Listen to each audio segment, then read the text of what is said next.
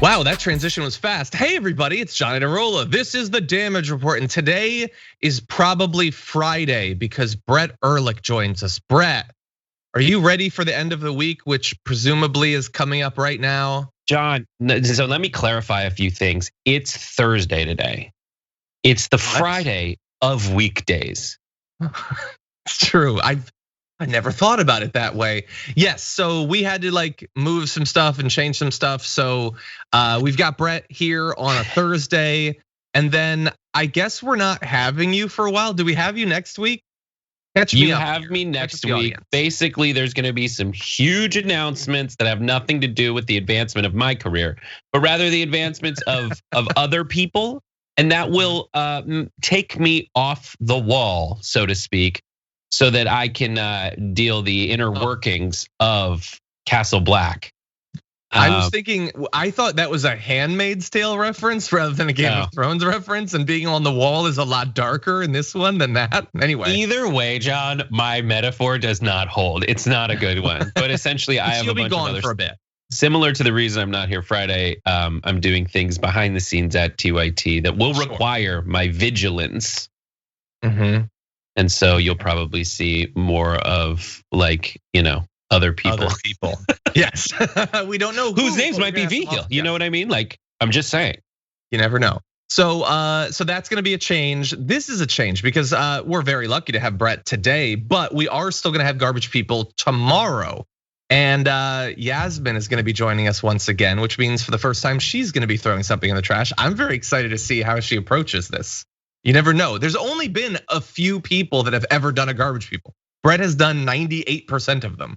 Yeah, and it's almost weird when someone else does it. Like maybe when Brett does Thursdays, we should do it on Thursdays. I'm just brainstorming here, but that's just because I'm severely competitive and territorial, and it's the worst thing about me. And I try to get over it. Speaking of which, just because I'm not on Friday, it is still my territory to announce the things that will be happening on Friday. So we have a very amazing common room. It's an all onesie common room. So wearing onesies, friends, will be myself, Brooke Marks, Adiana Vega, and Jordan Ewell. Oh my, what onesie is Jordan Ewell gonna have? We don't know. Brooke has ordered 4 onesies that are in the place we put things when we can't be effed to bring the whole thing into the house. It's just right by the door. I don't know what's in there. I might have to choose them on the stream when we begin, and so that I can fully suit up. But check that out, 6 p.m. Pacific, 9 p.m. Eastern, Friday, common room at twitch.tv/TYT. Awesome. Free to everybody. That's awesome. Really fast though, we do have to do a fact check. I'm reading in the Twitch chat from Brooke Marks says, that's not the worst thing about you. And she would know. So anyway, that sounds like fun. We've got a lot of news for you. We are not going to be doing Garbage People today, but we are going to be doing Meanwhile In. We've got some news from around the world, so that should be fun. And as we go through this, please, first of all, hit the like button, share the stream. And if you want to send us messages, you can do that and we'll read them as we go. But that's, I don't know what is going on. Anyway. Oscar-worthy sulk. I was actively sulking. The worst part, I was thinking about me as an actor the whole time. It was so bad. Okay, well, you know what? That was good. Thank you for doing that. We got a lot that we're gonna get to though. Some fun news, some horrible news. It's a Damage Report, everybody. Hold on to your butts and let's launch into this first topic. For what feels like weeks now, we have been pushing for the US government, in particular Joe Biden, to do what he can to help fight back against the vaccine apartheid that we've been seeing internationally. Pushing him to do what he said he would do, which is support the annihilation of the patents protecting the current vaccines that are being used to make them available to be produced domestically in countries around the world. Well, yesterday after our show, he did. Joe Biden did actually do that. That thing that he said he was going to do, that moral thing, that pragmatic thing, that diplomatic thing, he did it. So let's just stop for a second, and that's good. It's not done. He unilaterally, by saying that he supports it, that's not the end of it. But it is a very important step. I have to assume that if the US had stood sort of resolutely against changing the patents, that would be it, Brett, right? Like there'd be no chance. So we're in this weird realignment time where you're gonna have to, as a human being in America, get used to this weird feeling. And it's something that TYT viewers are used to, which is a good thing. So you get it, which is sometimes people who are extremely infuriating do things that aren't. And sometimes the media will say these two sides are doing this one thing. Who's the good guy? And these are separate stories from this one, but frequently they'll both be the bad guy. And so you'll find very infuriating people that say things that you agree with, and that's okay. You can agree with something that they do. And this was one of those times, like Biden, wildly infuriating. He gets more infuriating when he actually does stuff like this, and then won't do things that are even bigger no-brainers. Sure. That's what's very frustrating about it. But I'll take it. It's like, it's like, so you can do this. Like with Trump, nothing was ever gonna happen. So you never had to, like you didn't need nuance issue by issue because he was just going to come up with whatever the worst position was on literally everything. So Joe Biden does this and it's like, well then why don't you do the other stuff, buddy? But anyway, the battle continues. We will continue to push him, but we're giving him credit at least for the current rhetorical position of the US government. The US looking better than some other countries, which we'll get to. But I want to turn to another aspect of this. Joe Biden's announcement yesterday that he's going to support getting rid of the protections for vaccine patents was applauded. I think rightfully so by a number of different people, including Bernie Sanders, who says, I applaud the Biden administration for taking this bold step to speed up the production and availability of coronavirus vaccines. I also recognize the dedicated work done by activists around the world to put this issue on the global agenda. We are all in this together.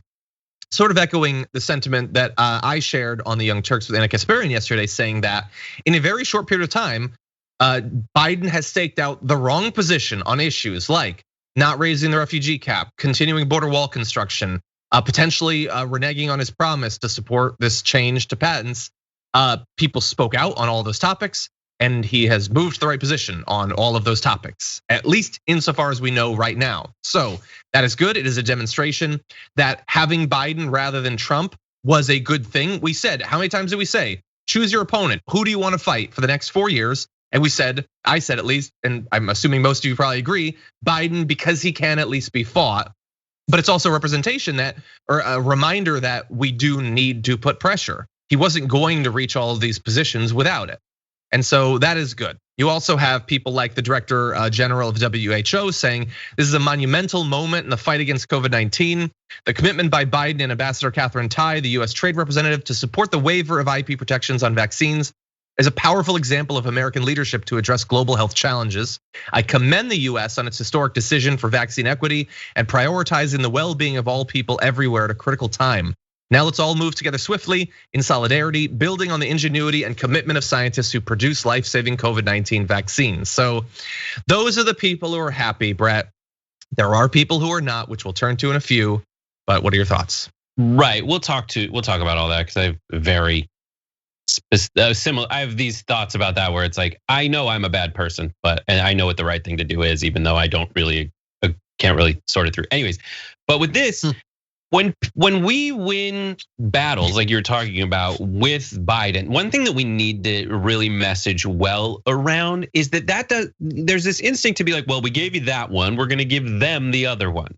And that only works if you're in this bargaining position with people and the end result of you bargaining would get you anything tangibly good.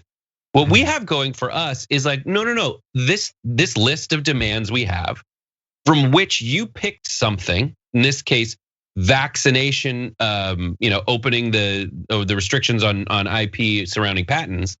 Everything on that list is something that most Americans agree with. So rather than give us this thing this time and them something else the other time, I guarantee you, with the popularity of all the things on our list, if you pick all of them, that's a really good shopping list full of really healthy items that also taste good. Like you have this instinct to be like, it tastes good, so it's not healthy. But But just remember that all these things, the reason that they're populist and economically so, as opposed to nationalist and populist, is because most Americans agree they're good things, and they will like you more if they get them. Yeah, there should be a segment. Most Americans agree. Freaking pushing. I just got to make it. That. I don't know where it's like that. Really fast, I encouraged Anna to look back to bringing back the classic TYT segment, the Clown of the Day. I think that'd be fun. You guys should do that again if you can figure out the template. But anyway, equally important to the Clown of the Day is who's against us. Let's turn to that now. So where does the world stand on the fight over vaccine patents? Well, we have this visualization of the current stated position of different world governments, and you can see there now the US is green, yay. And then most of the world that is still very much struggling with the pandemic is green, has been green for some time, calling for this. You can see there both South Africa and India, they've been original sponsors of this effort at the WTO. But there are a lot of countries that are still red, still against this, or are undecided, including both Mexico and Canada. So interestingly, we had some recent developments on this, including French President Emmanuel Macron. He came out today saying he is supportive of a temporary patent waiver, telling reporters he's, quote, very much in favor of opening up intellectual property, which is good. But I also saw a statement right before we went live from I don't know which representative of the German government it was, saying that they're not going to support that as of right now. Canada, as of right now, is not supporting it, and that's really something. People for Bernie, a great Twitter account, pointed out, imagine being worse than the US government on a global public health issue. That's Canada right now, and it is, yeah. And so that's a lot of red countries, including, by the way, Brazil, who is just, they're doing really bad. Like, people aren't focusing on it too much because of how bad things have gotten in India over the past few weeks, but Brazil is still being decimated by this pandemic. And as of right now, they're standing with these other countries that have got much higher rates of vaccination to stop the change from being made. Yeah, I agree.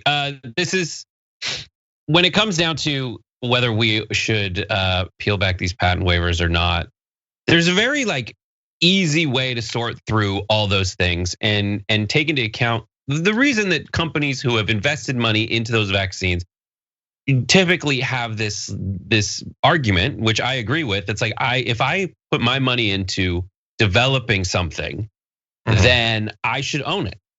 But that only holds if you put all the money in. If you got money from governments to develop that patent, then the people of those countries should own some kind of version of it. That's one thing.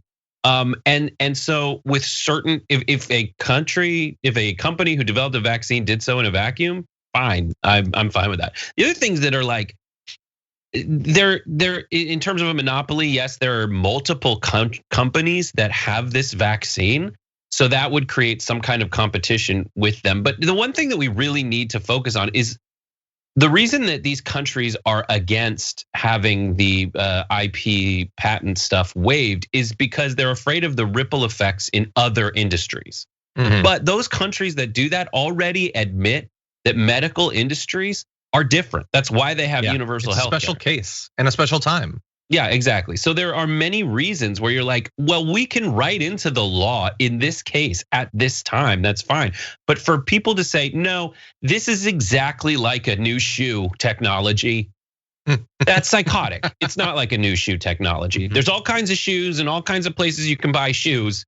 And no matter how much you can pump it, that's still a shoe. This is a life-saving thing that countries invested in to save their people, yes, but it seems like if you're throwing 1 billion people at a contagious disease, and that disease mutates, you're just asking for trouble to come back to your backyard because you didn't take the extra steps now, after you already bought it, after these companies made a lot of money by having it get bought. We also we made it faster. We expedited the process of innovating these vaccines and it worked. People have them and they work. We should probably, expedite the pace with which we peel back the patent on it, if only temporarily during the crisis, after they've already made a grip of cash. So much money, and will continue to make so much money. I mean, you could figure out, like, what were we calling for? Like 2 or 3 months ago was allow them to manufacture your vaccine and you get a certain cut, or the government gives you some money or whatever. Like, you can figure something out that will continue to give you mountains of cash. You can do that. But the mountains of cash are what they're worried about. So we're gonna turn to that in just a sec. I will just quickly say there's people in the chat that are like, Brett showing his and my age with the reference to no matter how much you pump it with the shoe. And then I had a moment where I could not remember. There was an image of somebody over pumping a shoe and it blowing up in their face, and I could not remember what it was. And then I had a nice little memory of Austin Powers. Well, the times we had. Anyway, with that, let's turn back to again. D Brown pumping up his shoes before his, dunk contest situation. You know that sports reference, right, John? All of them. I know all the sports references. Anyway, let's turn back to things I know as many references of, and that is stocks. But anyway, the announcement yesterday by the Biden administration that they would be putting pressure on the WTO and other governments potentially to change vaccine patents was not received well by some world governments. Also not super received well by the stock market, because Pfizer and Moderna had their shares plummet after the announcement, at least briefly. Like, you never know, like, yeah, this is going to happen. And there are always 100 times as many headlines when something causes stocks to plummet than when they gradually creep back up to where they were in a day or a week or a month or whatever. I don't know for sure that that's gonna happen.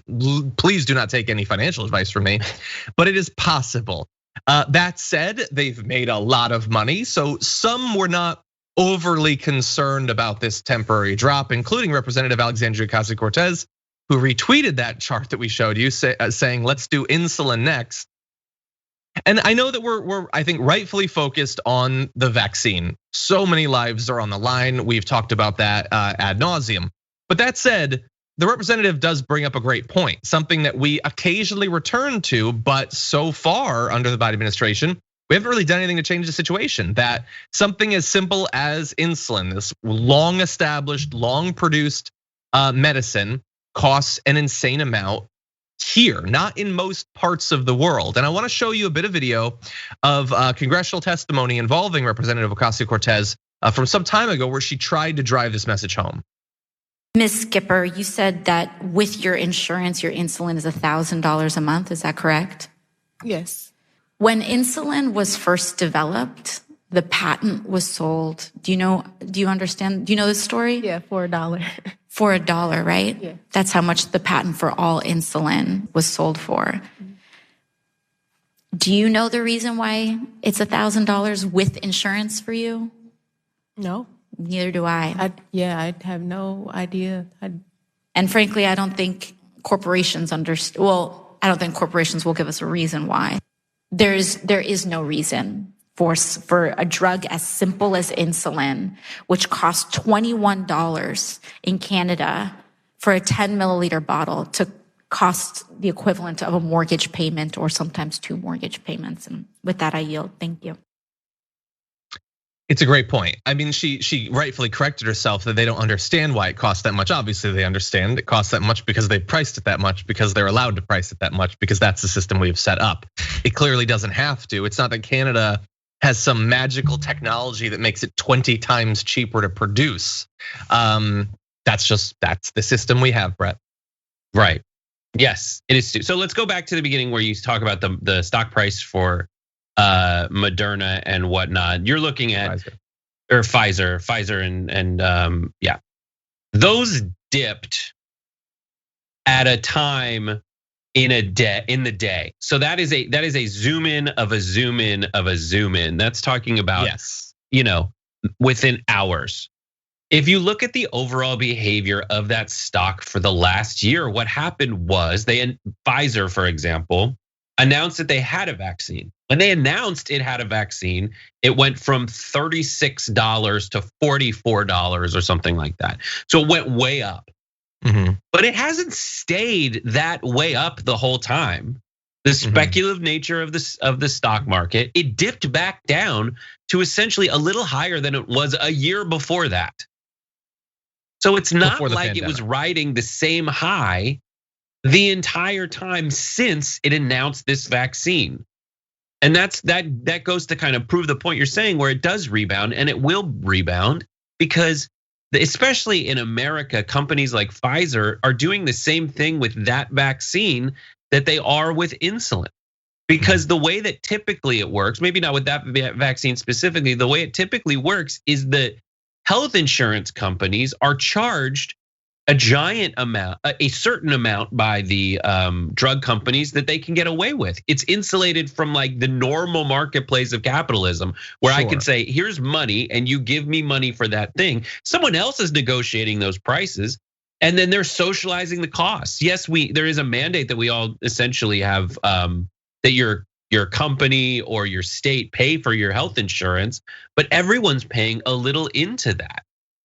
So it's all this weird thing where, and then add to it, it's unlike any other good where you will pay anything to stay alive.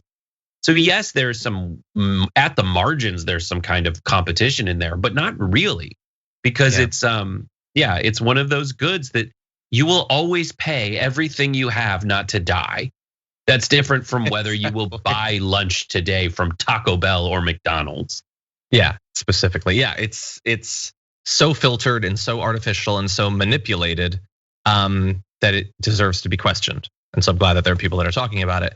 Obviously, we're focused on this one pandemic, this one issue, but let's look more broadly at the system as well. We need to talk about a relatively new show called the Republic, or UNFTR. As a Young Turks fan, you already know that the government, the media, and corporations are constantly peddling lies that serve the interests of the rich and powerful.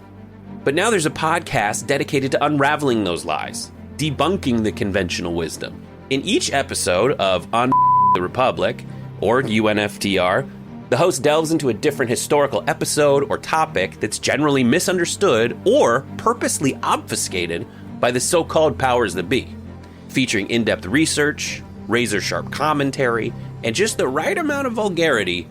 The UNFTR podcast takes a sledgehammer to what you thought you knew about some of the nation's most sacred historical cows.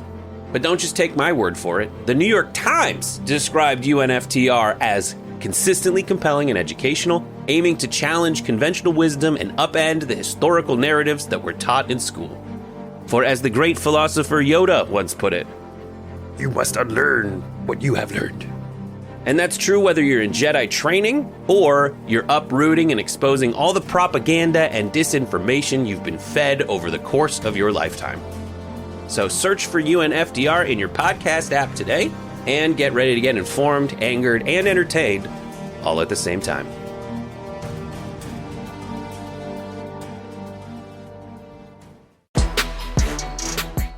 Mitch McConnell's the worst, and he's never gonna change, and he wants to make sure that you know that. It's nice and honest of him. So he announced recently, he was asked a different topic. He was asked about the whole Liz Cheney and the Lee Stefanik thing, and he decided to remind you with that opportunity of how bad he is. So he said his attention isn't on all that stuff. It's on stopping Biden. Quote, 100% of my focus is on stopping this new administration. So for months now, he's been saying, where's the unity? Where's the bipartisanship? And now literally the only thing I care about is making sure that Joe Biden doesn't accomplish anything, which is a strong signal to Joe Biden that he should not listen to Mitch McConnell anymore, but also potentially some of the other Democratic senators, sorry, said Republican, weird slip. Democratic senators that believe that bipartisanship is a possibility. So Joe Manchin's a great example of that. He was recently on with Chris Cuomo, who brought up this McConnell comment, and here is how Manchin responded. It will work. But they don't want it to work. He just told you, I'm stopping the administration. He just said it to you. You don't know. You don't. He just said it. That was one person. He's the head. That's one person. He's the leader. He's not controlling all of that. I can assure you, we would not be having the discussions. There wouldn't be an offer on the table of $500 or $600 billion of infrastructure. A starting point, which I think is a good starting point. Let's look at what we've done. We've got to hold ourselves accountable and responsible. So we kept that for as long as we did. So you get Chris Cuomo like wiping the sweat off his head in frustration at Joe Manchin's inability or unwillingness to admit what is being screamed into his face by the other side. What do you think, Brett? It's so infuriating. My favorite thing, he's like, listen, Mitch McConnell's not in charge. I am. I am Joe Manchin. I am putting forward this bid. The truth is, let's talk politics, buddy. Let's talk votes. You're either talking about bipartisanship to create a filibuster-proof vote in the Senate. So you're at 50-50 right now. Yes, Mitch McConnell is the leader, and no, he is not every voter, but he has a really great track record for only releasing enough of his minions from his stable of McConnell votes to still win the vote, idiot. That's been his skill forever. They're called hall passes. It's not a new thing in politics. He's like, yes, we can only let one person go. And the three of you think that this is a politically beneficial thing for you to vote with the other side on, but I'm only letting one of you vote with them. So what are you gonna give me in exchange? And it always has and will work out like that, you moron. And let's put it this way, man, if it's 50-50 and you need to get to 60, he's not gonna, and he never has ever let 10 senators leave, especially on something that, if it passes, will be as big of an undeniable win in Biden's category as an infrastructure bill. Where's Biden today or tomorrow? I forget. He's in Louisiana, standing in front of a bridge saying that was supposed to be replaced 20 years ago. Jesus. That's what he's doing. And he's going to deep red states. You know what's curious? He's not going to West Virginia. Yeah. Which is where he needs to. And that's it. Biden, clear it up for me, man. The truth is the voters are with us. The people are with us. Every poll says Republican voters. That's what I mean. Everybody in America is like, I do want high speed. I do want high speed internet. I want new roads. I want new bridges. And I need it because America's infrastructure is crumbling in every respect across the board. And we're getting beaten by the countries that those voters rightfully say we should be better than. Yeah. Exactly. And they'd be with you, but instead, why is he staying away from West Virginia? Later today, check it out. I still have to write it, but we're doing a petition at tyt.com/petition. So watch during the Young Turks today. Petition Biden to, after he's done in Louisiana, head northeast a bit and park his ass in West Virginia. And go stand in front of closed down factories that can't, live up to the demands that the infrastructure is asked to fulfill. And then all the different places that are suffering because there's no money going into those states. And say the only person between you and investment that will make this state great is Joe stinking Biden. Hell, Jim Justice, who defected from the Democratic Party 9 months after he was elected. The Republican governor is outflanking this guy. What's his problem?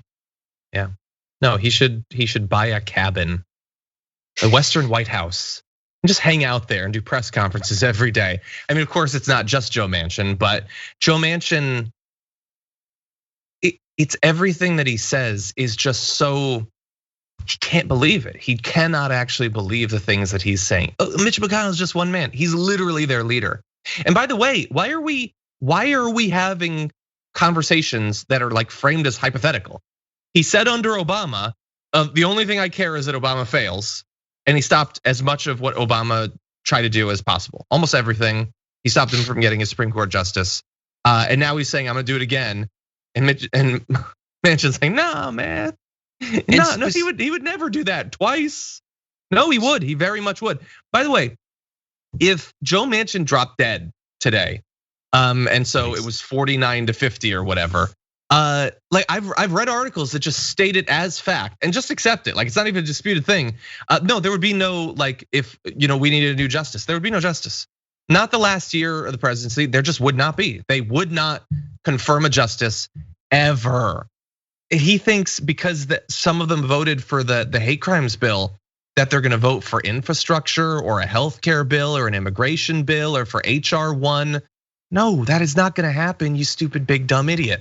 But I want to look at the polling and things that are have as much bipartisan support among voters as the hate crime bill are treated as wildly partisan issues. That's what's so frustrating. And so Biden needs to go around and say, I am doing bipartisan stuff with the voters. I'm doing things, I'm looking at this poll right here. Republicans want this. I don't know what's going on with their elected representatives. And you know who else does stuff like that and has been successful at it? Trump. That's his political move, is to recognize that people do not like these politicians. They're wildly unpopular. And if and they're gonna agree with you if you say, like, I just don't understand why these folks are against what you are saying when you're asked what you want. Yeah. Okay, I want to show a couple more bits of video from this. Is Mitch McConnell playing the Democrats, specifically the Democrats that like to talk about bipartisanship? Well, Joe Manchin was asked about this. Let's look. Do you think that your party is being set up to be fooled again by Mitch McConnell? I don't think so. I really don't. First of all, Chris, it's always good to be with you. And next of all, I don't. And I'll give you a few examples. The hate crimes bill we just passed 2 weeks ago, 94-1. You have 70% of the Republican Party saying that Trump won, that Biden didn't win. You really think that that's the kind of setup where they'll work with you? Well, that's a horrible situation. And basically the extremes on both sides. There's people on both sides saying that we have 20% on each side or 30% on each side. That's extreme. Okay, with that being said, you've got to find the middle. Okay, so he just did the both sides thing, and he couldn't even come up with anything. So he was told 70% of Republicans think that Trump won the election. He's like, well, yeah, there's 20 to 30% on all sides that are bad in some way. No, we're saying the vast majority of Republican voters think that the election was stolen and supported the Republicans stealing it back. Remember the attack on the Capitol, Joe Manchin? Did you forget about that? And his response was, yeah, but there's libs too, I guess. No, they are playing you. Like, but the follow-up question is, so what's your example of the crazy thing that people on the left believe? What is it? You say he would probably say that healthcare is a right. Probably, right. He thinks that's radical. But ask everyone about that. Everyone about that, what they think about Medicare for all. Well, 70% of people believe that. Yep. Like, and that's an average of polls. So what is it? So Joe Manchin actually in that moment was calling 70% of America radical. That sounds like he's the one who's out of touch. That makes him a radical. I agree. Let's go to this last video and then we'll give our closing thoughts. All due respect to your party, I don't think you guys play power politics as well as the other side. And I think that if you were to get rid of the filibuster, McConnell would use it against you guys when he gets back in power, and it's only a matter of time, in a way that you never even thought of using it. So I hear you on that. Well, he could use it already. But I'm just saying, Senator, right now you have infrastructure, you have needs for families, you have a lot of gross deficits that you're dealing with. There's a chance that you get none of it passed. Forget about, background checks or anything like that. Let's see what we've done already, Chris. Yes, sir. Look what we've done. $1.9 trillion. Look what we did last year in all bipartisan way. Look what we've done this year. We didn't do it with a bipartisan way, but we did it because it needed to be done with the pandemic that we had. We did it at $1.9 trillion. But you didn't do it bipartisan. No, we had a process of bipartisanship to a certain extent. But then there were no votes. There would have been more, but there wasn't. But there was one. Well, we didn't try. We had some votes as far as in the. But they went through the reconciliation process, Senator. As you know, you went through reconciliation because they weren't going to work with you on it. McConnell had it locked down. But then basically, then we did the hate crimes bill, and we went through a process where we had amendments on the floor. He's got absolutely nothing. Like look at what we did. Look at the stuff that they passed under Trump. And then we spend months trying to do it here, and then not a single one will vote for it. And he said, well, we didn't try. It will never be enough. No amount of process or attempting to bridge the divide, no concessions, nothing will be enough. It will always be, we didn't try hard enough, which is why in a past video we showed, he referenced the insulting infrastructure offer of like $500 billion. Like, that's why we got this deal. That, by the way, they won't vote for that either. They're gonna say 500. It's the ACA debate all over again. They're gonna throw out a bunch of BS things that supposedly they support that will be taken up by the Democrats. Then the bill will go forward and they won't vote for it anyway. That's what's gonna happen. He was just fumbling and bumbling. He can't even make the case, which tells me that he doesn't really believe it. That he doesn't fundamentally believe that there's great opportunities for bipartisanship. If he keeps going back to the the hate crime bill, as if that's infrastructure, as if that's something to do with like the medical, like something like that the Republicans would literally never support. He knows that, and continuing month after month after month into the Biden administration, he is just wasting time that we don't have time to waste. And it's specifically pointed out to him there by Chris Cuomo about the likelihood that nothing gets done. He knows the political implications of that, what would happen if the Democrats don't deliver, and he has not budged on that. He still believes, yes, we should waste more time trying to get Mitch McConnell, a guy who says he's not gonna work with us on literally anything. We gotta get his vote, and that's what we should put our time into. There's a lot in there. One, he's either lying or the dumbest person on the planet, right? And he became a senator. I just don't think that he's the dumbest person on the planet. So there's got to be some other motivation. TYT always says it's how he gets his money and his donors and all of that.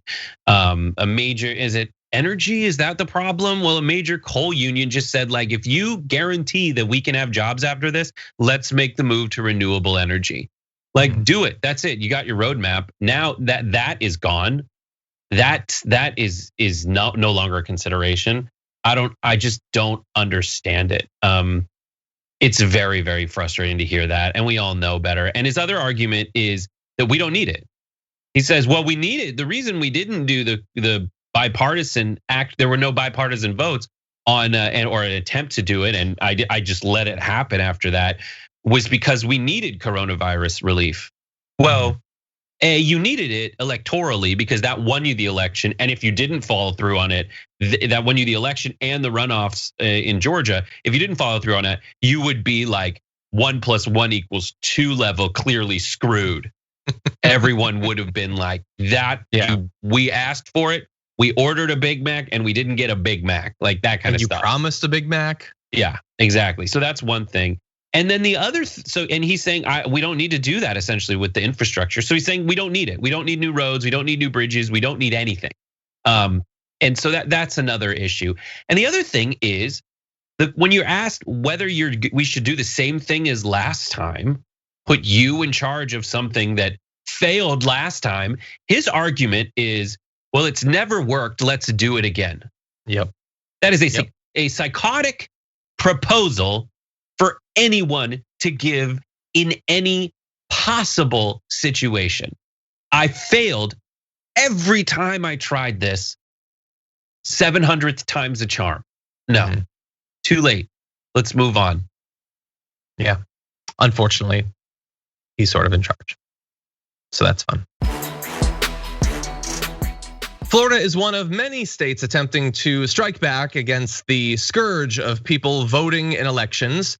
But DeSantis decided to make this horrible effort somehow worse and weirder at the same time. So they were going to have a signing for it. And the vast majority of journalists who were going to cover it discovered that that was not going to happen. We have this tweet showing news media barred from entry at the signing of controversial elections bill SB 90.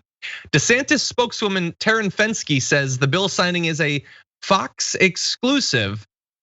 I've never heard that about like a non-political, like a policy thing. But it was true, and not just a Fox exclusive, it was also for the Friends. So take a look at this video. The pandemic. So after the pandemic, Governor, a lot of people loosened up the rules because a lot of people didn't want to come out of the house. There were drop boxes, no excuse, mail-in balloting and things to that nature. After years of struggling on election day and maybe extending it too long, most famously in 2000, you guys pretty much pulled it off flawlessly last time around, and you were able to get the results in. Now it's time for people to rein in and have a non-pandemic election. In over 30 states, they've made reforms. You're doing the same thing. What's going to be different about Florida's election in 2022? What are you about to sign? So right now I have what we think is the strongest election integrity measures in the country. I'm actually going to sign it right here. It's going to take effect. So there you go. Bill is signed. So yeah, a Republican governor signed a voter suppression bill live on Fox and Friends. They hate the biased fake news. They thought that MSNBC was too close to Obama, and now they're giving exclusive bill signings to a morning show that Steve Doocy is on. And I understand that Kilmeade is not necessarily a person who is known for his intellectual rigor. He did sort of get fought to a stalemate in a debate with a 6th grader yesterday. But that said, he just said, you guys managed after all these issues to have an awesome election where you had the results instantly. Now it's time to rein it in. But you just described it as going very well and smoothly and quickly. And what does rein it in mean?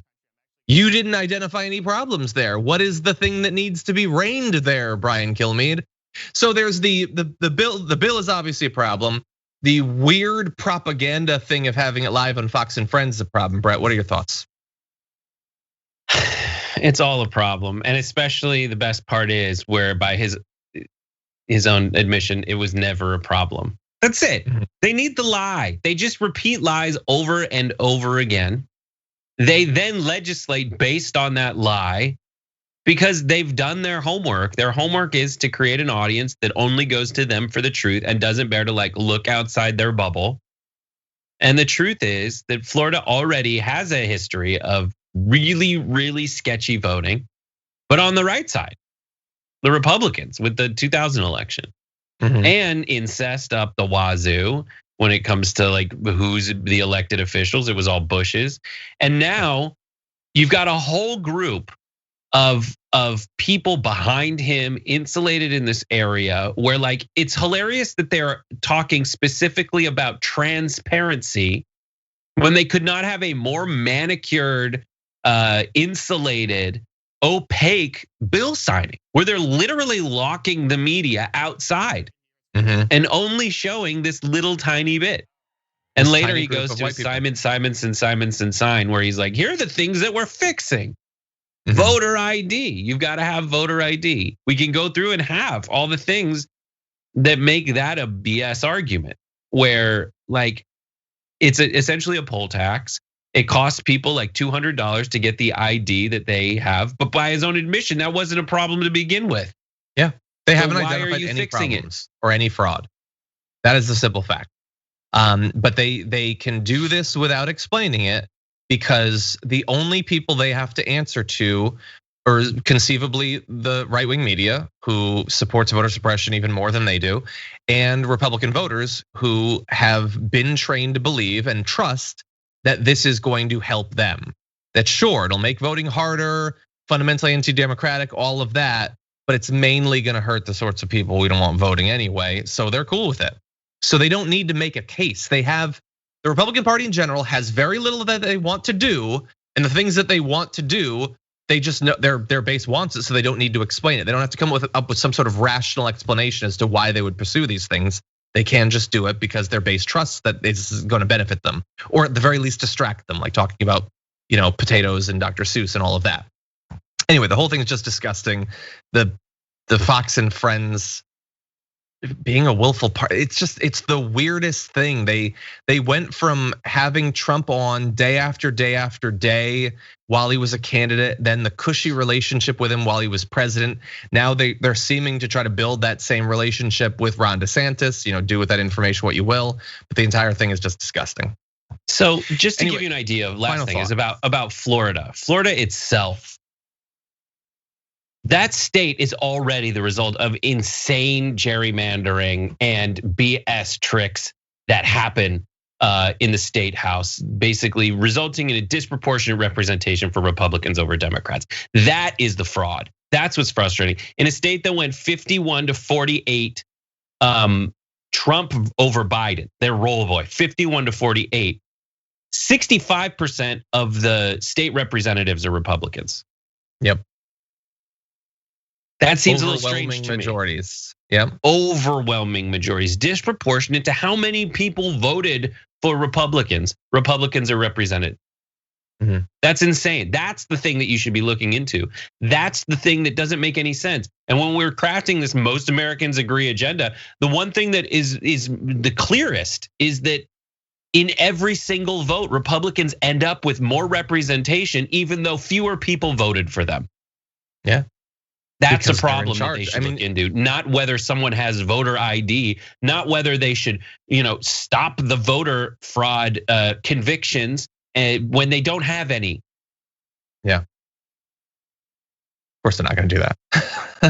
And the amazing thing is, to change that, you would have to overcome it, and it's by its very nature incredibly difficult to overcome.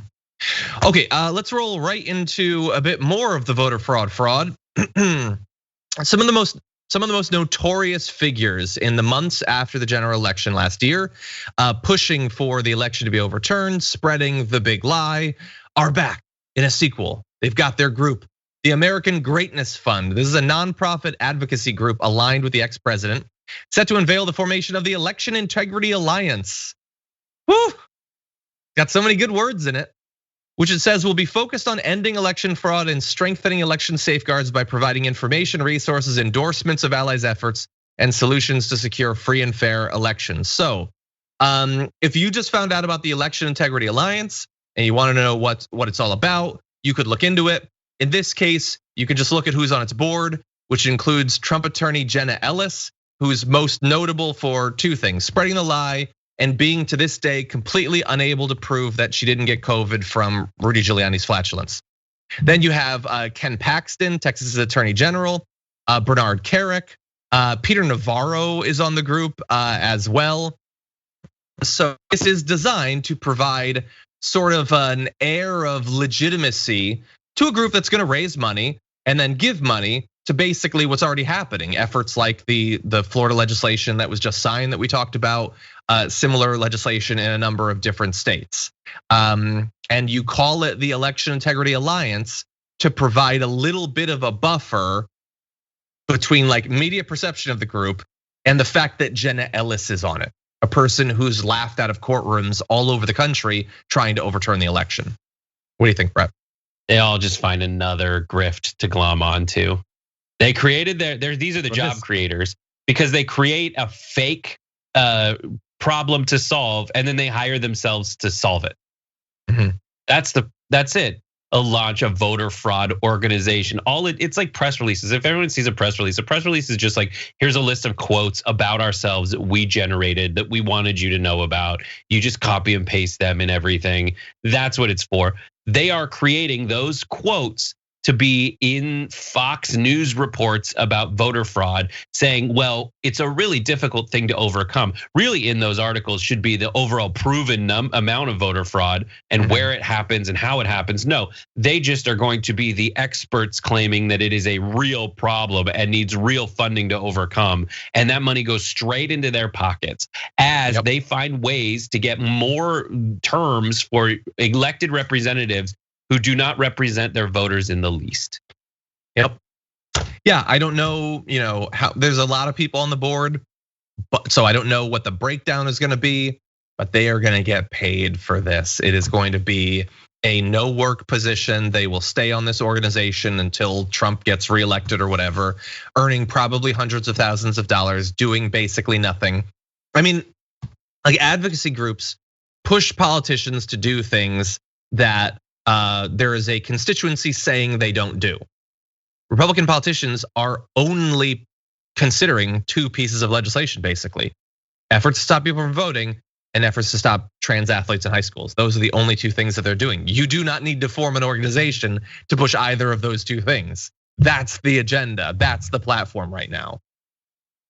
Yep. Anyway, any other final thoughts? Nope, I'm with you on that. Okay, let's push on to the most important news of the day. It's not, but anyway, let's do this. Yesterday, Donald Trump unveiled his new social media mega hub, his blog. And we noted on it, let's bring up a picture of what one of his like faux tweets looks like. So you can see he was tweeting about something or other about New Hampshire or whatever. Not really tweeting, but tweeting on the desk of Donald Trump.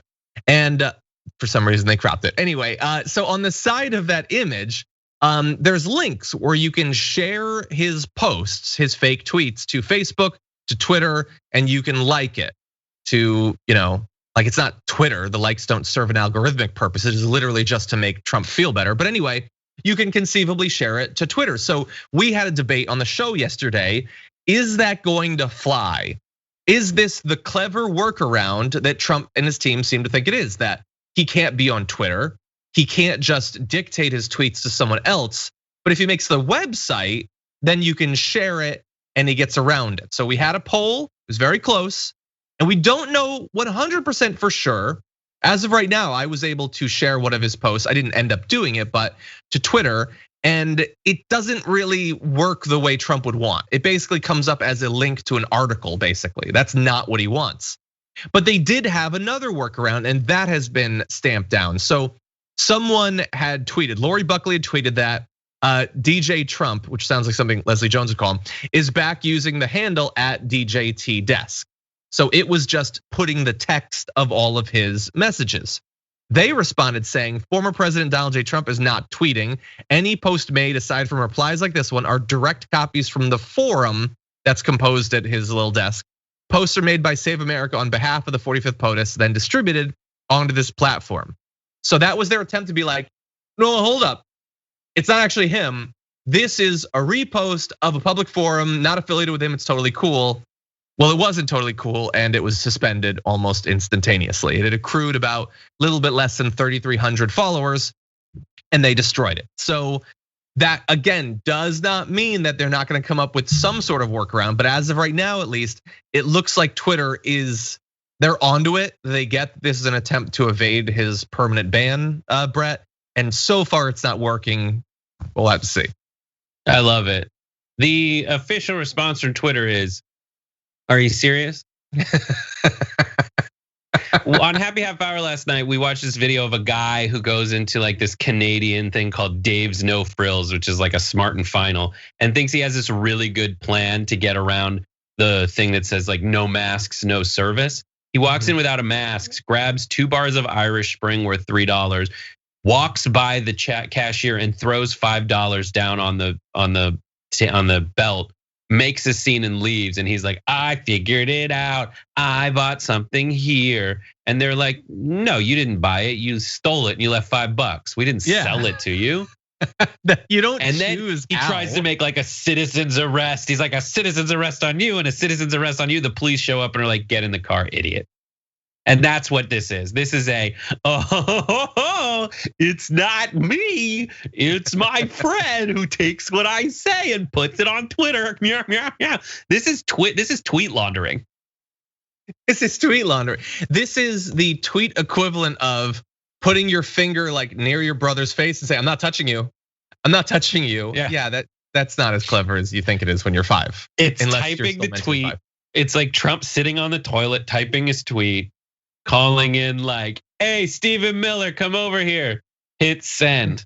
And Stephen has to walk into the toilet and be like, we're gonna return to the toilet. This is Trump scotch taping pencils to his fingers so that I'm not typing the tweets. So stupid.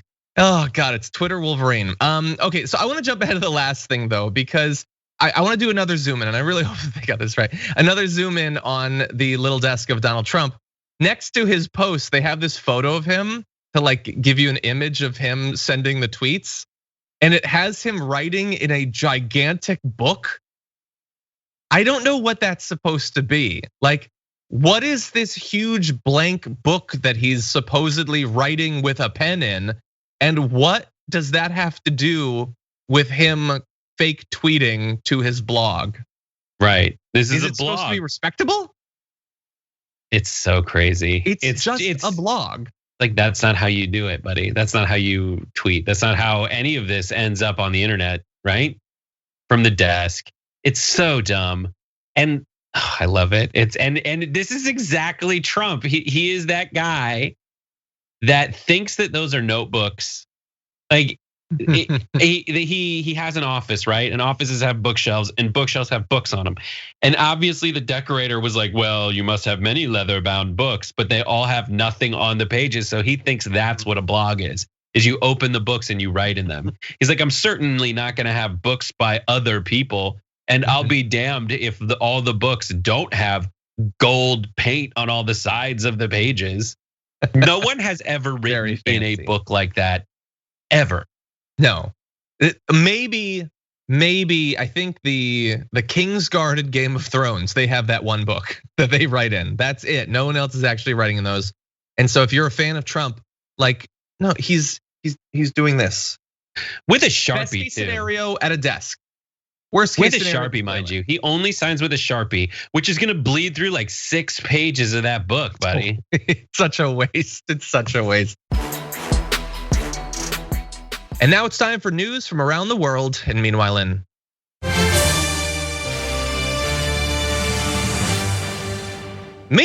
Colombia, there is chaos and death, unfortunately, and predictably as a result of an effort by the government to put the sort of regressive taxes on the population that have led to similar sorts of protests in other countries in the region in the past few years. Tragically, as of right now, and this is obviously developing quickly, at least 24 people have died in the protests, hundreds more have been injured. And so I want to give you some details about what led to the protests, and a lot has developed from the initial cause of them. So although the president said that the objective of the reforms aimed at raising the equivalent of 1.4% of GDP or $4.1 billion were to stabilize the country's economy, the plan has been criticized for favoring the wealthy and placing more strain on the working and middle classes. So it is a suite of many different changes to taxation, reforms. It is in a variety of forms, both regressive. It is sort of a form of shifting of the tax burden in a way that is a sort of backdoor to austerity politics, and the population has seen through it. They've seen through the fact that they're trying to push it through during the pandemic, so that if the people go in the streets, they can claim that this is unsafe for public health purposes. That is what they are doing right now. They're complaining about the fact that there's as many cases and deaths as there are, saying, how can you be protesting? Well, because the people of Colombia actually care about their future, and they're not going to let them slip important legislation through, basically while being silent. Now, over the past few days, they have scrapped the bill, and they're saying that they're going to be coming up with some other form of it. But the protests have already begun at that point. The people are already fired up, and the opposition to these reforms has now sort of grown into opposition to a number of other issues, including, you can see the lack of efforts to fight poverty, police brutality, and there has been an incredible amount of police violence towards protesters in multiple cities that thankfully international human rights monitors are making a big deal out of. And this is important. As we always try to remind you, there's a lot going on in a lot of countries, but we need to put pressure on these countries to treat their people correctly, especially in this sort of case where they're going to point towards police officers that have been injured as a justification for the violence. Anyway, it's a complex and rapidly evolving situation, but Brett, what do you think about it? Right, they tried this horrible thing. People said that that's horrible. Canceling it won't make people be like, all right, cool, we're cool now. We're all mellow, don't worry about it. Like when you tried that horrible thing, you stopped, you apologized, you didn't even apologize, but like that's it. We're back to it. Yeah, this is. Well, it's actually the exact opposite of some sort of apology or acknowledgement that the way they had formulated it was fundamentally wrong and the population wouldn't accept it. The president said the reform is not a whim, the reform is a must. And so they're saying we're going to work on another formulation of this. Now, there's some in-depth analysis of the political calculations of what percentage of the legislature his party actually controls, which calls into question whether they would actually be able to push through some new version of this. But that said, they definitely are trying to. And so there's a variety of ways that governments will respond to mass protests in the streets. So demonizing them, that's one way, which they've been doing, trying to assert that they are being irresponsible because of the pandemic. They're doing that. They're calling them terrorists and vandals. We've seen that here in the US as well. Another way is to try to wait them out. We saw an attempt at this in India over the last year, which is you have this popular protest, you say, oh no, we're gonna back off, hoping that it will die down, and that when you put it out again, it won't spring up in the same way, that you can sort of wear people down. And it is possible that in the medium or long term that will be possible. But right now, the protesters are thankfully, they seem to be aware of that strategy and they're not just going home right now. Yep. Yeah. Good, stay there, fight for what you believe in. It's also difficult in America, and given the legacy of American interventionism in South America, like United States intervention in South America, it's tough to really tell what a protest, like who's being motivated by the American government and whether a protest is genuine. But this one, just because of who's protesting, it's pretty easy to assume that this is a genuine protest. Exactly. And I know that Anna Kasparian is expecting to talk about this on the main show, so there'll be more details there and perhaps footage. But for now, that is a situation. Fingers crossed that the civilian death toll doesn't rise, but it seems likely at this point that is probably going to happen. But meanwhile,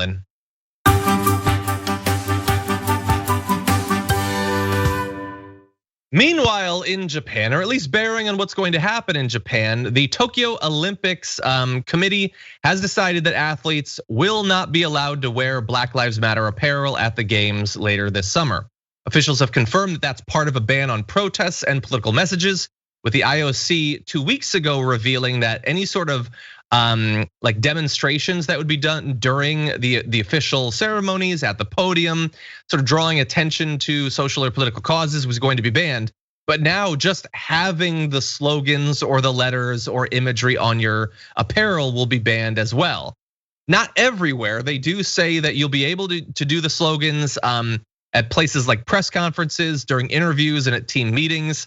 But if the messaging comes during official ceremonies, athletes could be subject to punishment. So they say, by the way, Brett, that a majority of the athletes were in favor of strict rules against demonstrations.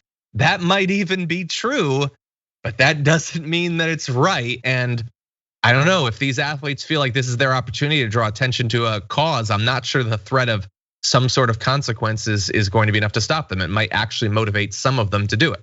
Right, this is a stupid move. Just let it happen. Just let it happen. Like, I don't know why you would take a position either way in this, politically speaking, from the organizer's perspective.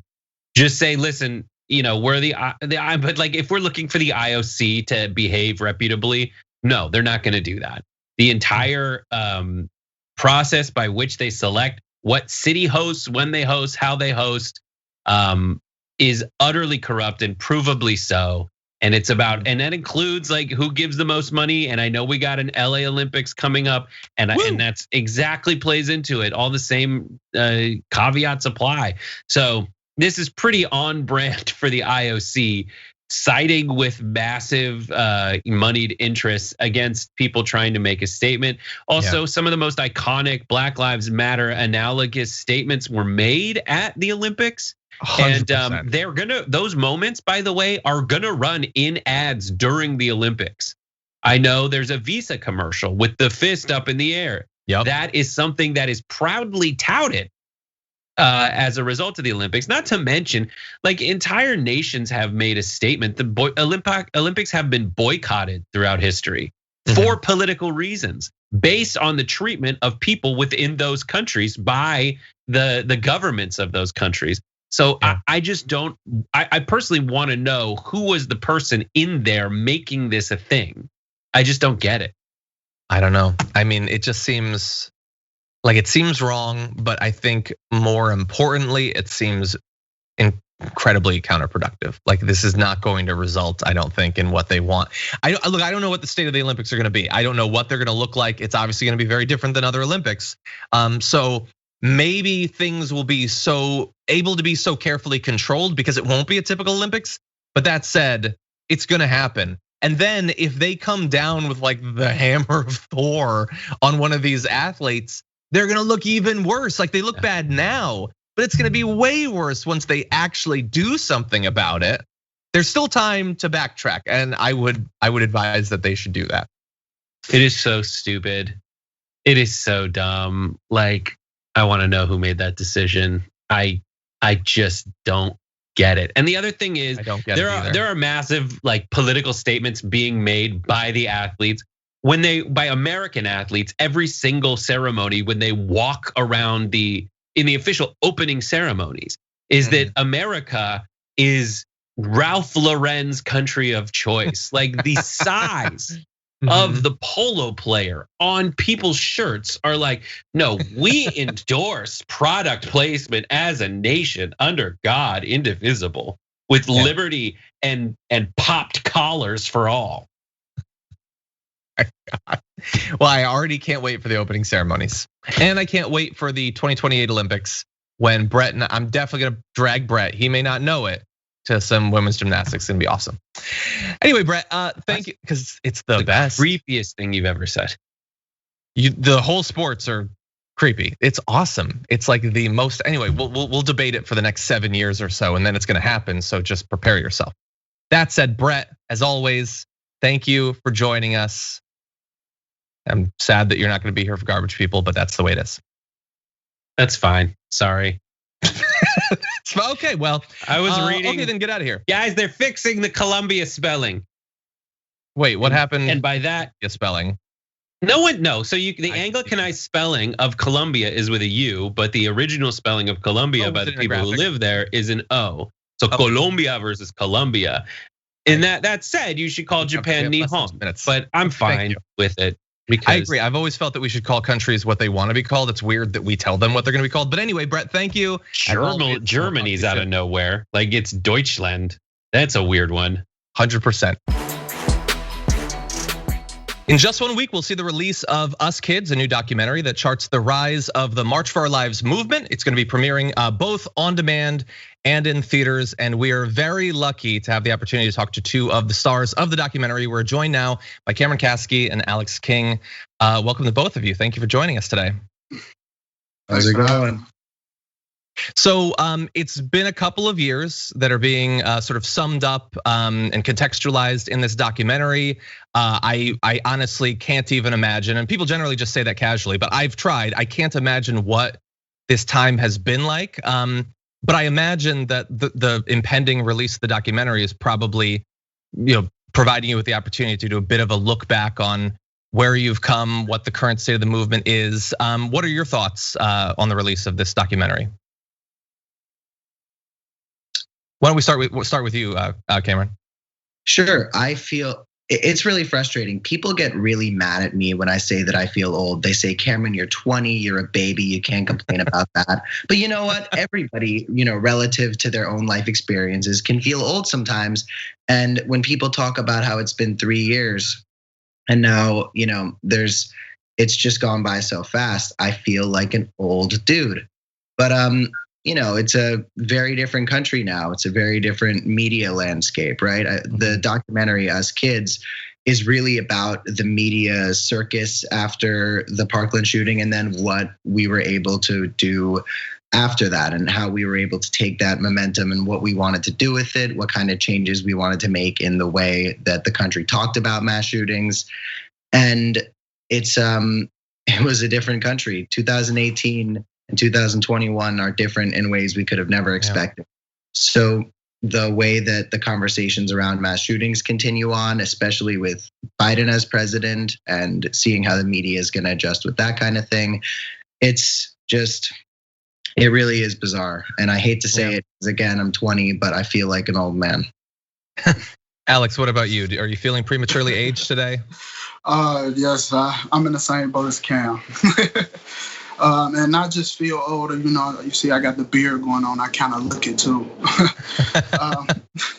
But I totally agree with Kim, like the world that we're living in now, 2021, is totally different from 2018 when all of this began.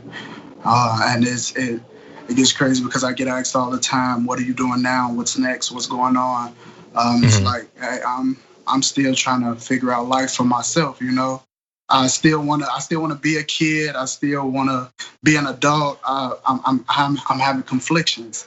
It's day to day, but I see that I had to grow up fast. I had to grow up faster than some of my peers and everything. But I still want to enjoy my days as the youth, because you only have so many days before you can call yourself young again. Exactly. And then a bit more time passes and you can't even remember that part of your life. I remember 28, kind of. That's where I cap out, actually. But anyway, let me ask you a question, Alex, because it's this period of 3 years. as both of you are saying, there's this sort of like media furor and become national figures. And a lot has happened since then. I mean, obviously last year was the longest year in quite a long time. So it seems to me that this documentary, we hopefully get a lot of people to watch it. It'll remind them of this movement, because obviously there's a lot of things that are on people's minds. And I've been a little bit worried recently by some of the more recent polls I've seen showing that the public support for gun control measures had spiked and was pretty consistent for a few years. Now it seems like it's inching down. Maybe people are like prioritizing it less. So Alex, if people watch this, what are you hoping that they will sort of take away from this documentary?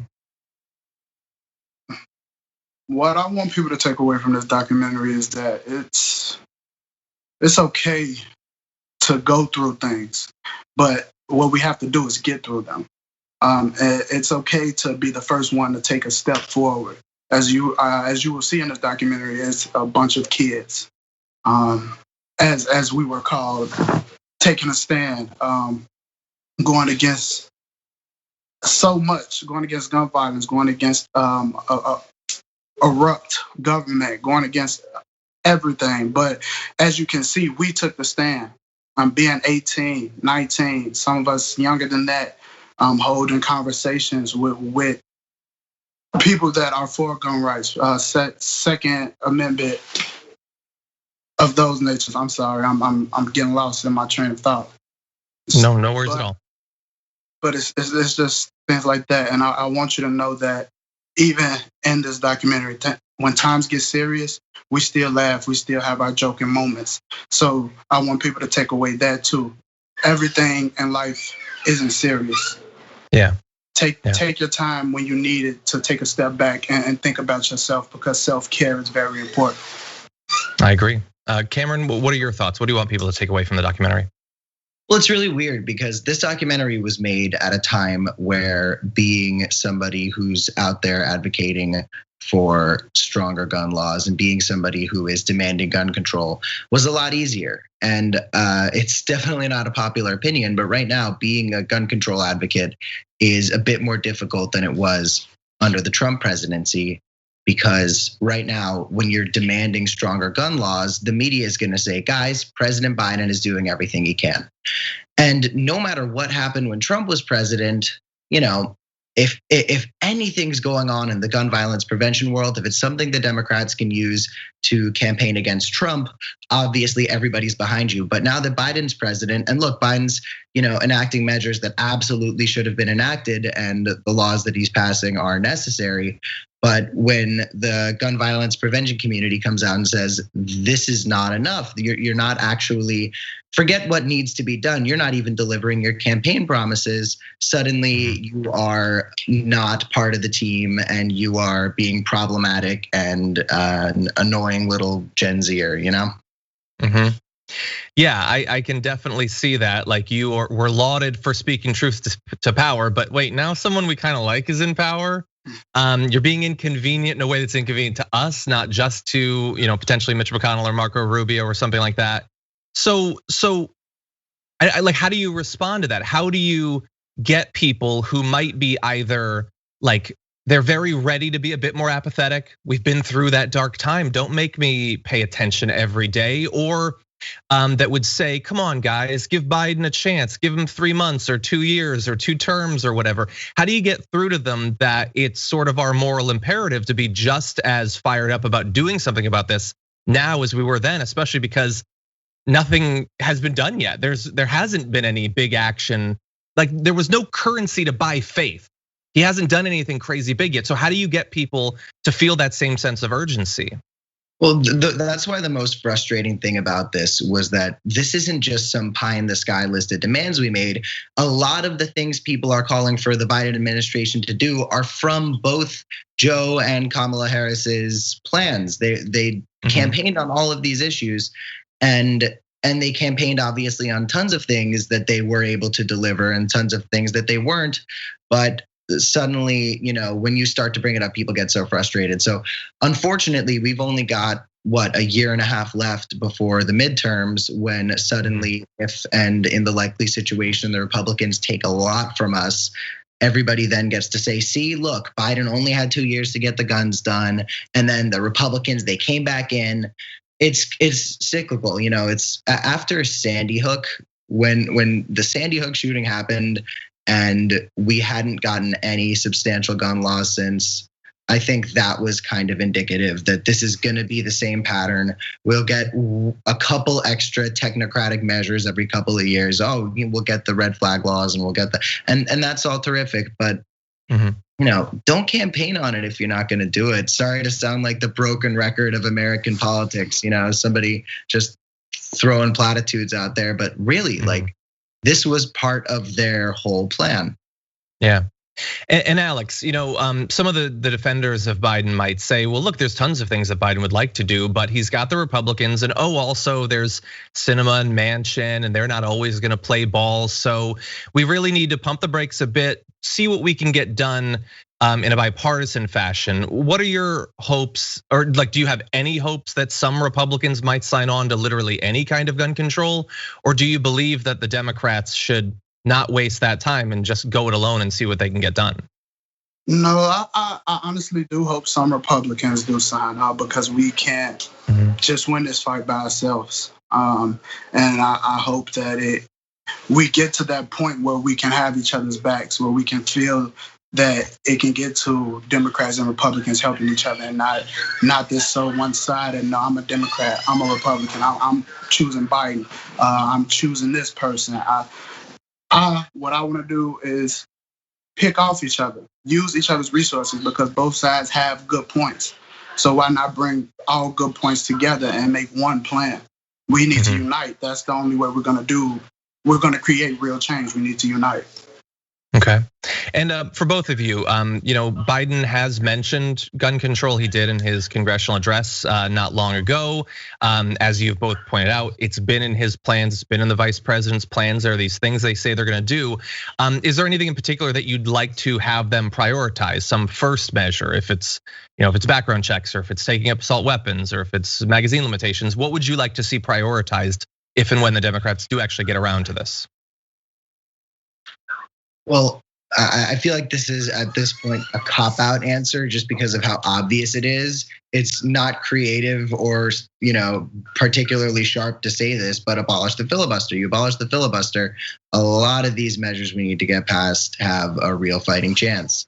But despite the fact that we've got every serious individual in Democratic leadership addressing that the filibuster needs to go, no, we've got to we'll deal with it later. We gotta we'll figure it out, everyone. Don't worry about it.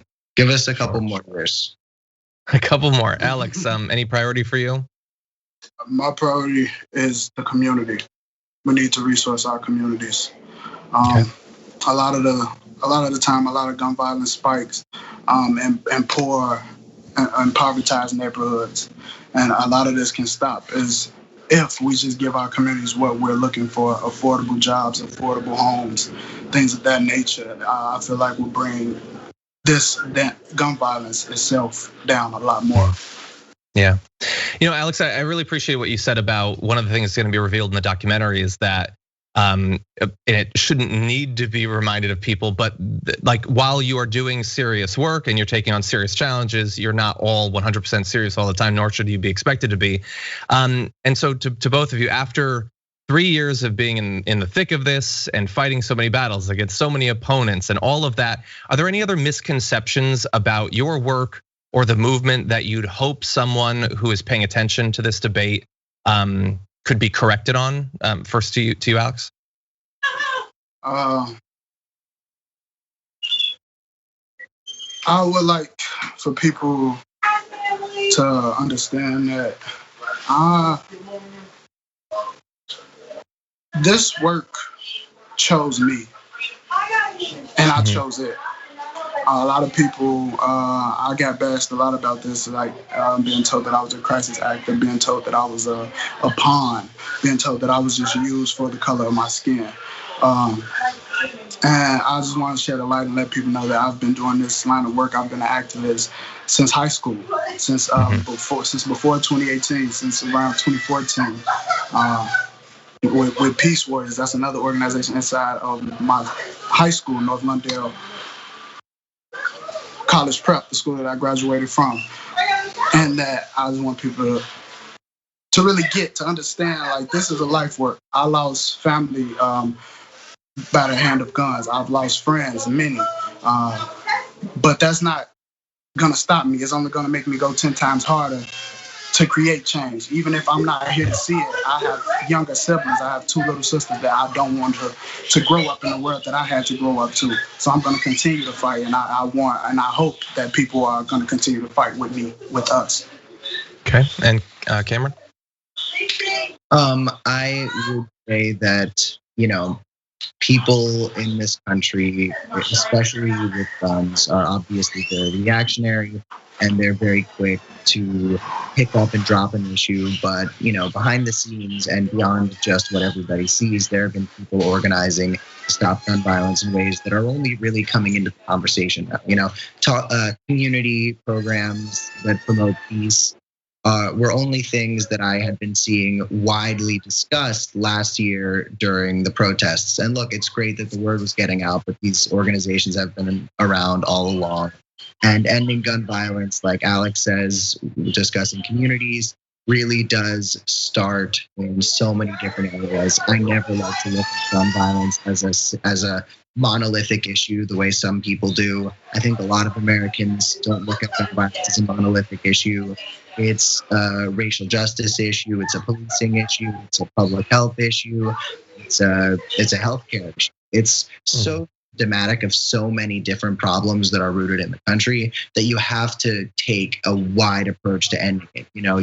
There are bans that need to be put in place. There are serious measures that need to be put in place to control these weapons. They are far too dangerous. People have time and again used them in acts of violence that were premeditated. There's so many different things that can be done, but especially with the administration we have right now, it's important to remember that there's so many different things that factor into this. And hitting it kind of from one policy end isn't going to do much to end the violence. So when we had the assault weapons before, we'll talk about how that didn't drive down gun violence, that didn't drive down murders. And, especially with crime and policing, the bills getting passed in the 90s weren't going to be stopping gun violence. They were only going to be making it worse. So, we have to attack this from all ends. And with what we're seeing right now, it's going to take a very different administration to do it. Sure. I think that's important context. The documentary is Us Kids, coming out on the 14th. Everyone, if movie theaters are playing films in your areas, it's available in theaters.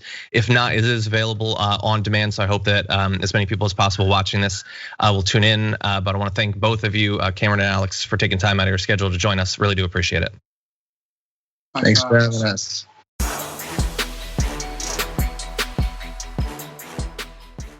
Thanks for listening to the full episode of The Damage Report. Support our work, listen ad-free, access members-only bonus content, and more by subscribing to Apple Podcasts at apple.co/TYT. I'm your host, John Adarola. I'll see you soon.